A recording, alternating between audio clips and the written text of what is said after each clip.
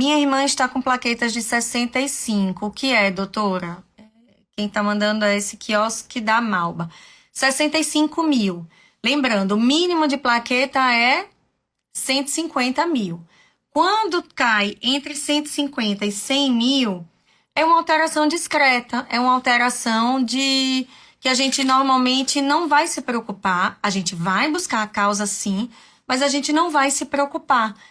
Tanto, por quê? Porque normalmente são alterações simples, como uma infecção que teve por uma dengue, uma zika, uma chikungunya, uma hepatite do passado. Às vezes o paciente ficou ali com alguma... A gente imagina que é uma sequela, né? Fica fácil de explicar assim, entende que é uma sequela daquela infecção.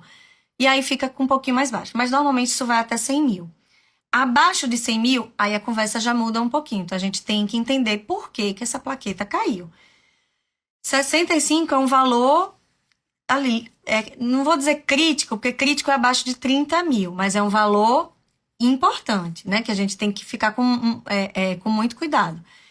E o mais importante para você entender é, quando você tem plaqueta de 65 mil, essa de 65 provavelmente não vai dar sintoma de nada. Mas qual é o próximo, né? Veja, você vem lá com plaqueta de 80, de 70, de 65, é uma tendência de queda, né? Queda progressiva. Isso preocupa. É diferente de quem vem, estava com 30, subiu para 40, para 65. Você vê como o raciocínio já muda.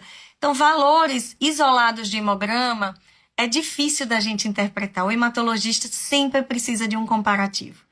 Eu sempre digo nas consultas, brincando, que é como se você estivesse assistindo um filme, aí você dá pausa ali no filme, e eu chego naquela hora e olho aquela cena parada, eu posso ter uma noção do que você está assistindo, sobre o que é o filme. Mas eu não posso contar a história daquele filme. Então, o hemograma é a mesma coisa. Eu não consigo dizer sobre o que é essa plaqueta, mas eu posso ter uma noção, principalmente se eu olhar outros, antes e depois desse. Mas 65, você precisa repetir o hemograma para ver qual é a tendência e buscar a causa disso. Tem problema de fígado? É uma queda autoimune? Ou seja, vai precisar tratar aí como se fosse uma doença autoimune? É secundário a uma doença renal? Teve algum sangramento? Tem uma doença de medula óssea? Tem anemia junto? Tudo isso muda o nosso raciocínio, mas precisa repetir o hemograma, principalmente, tá? E se tiver sangramento, mais ainda. Se tiver sangramento, eu oriento até que vá num pronto-socorro para fazer um hemograma, tá bom?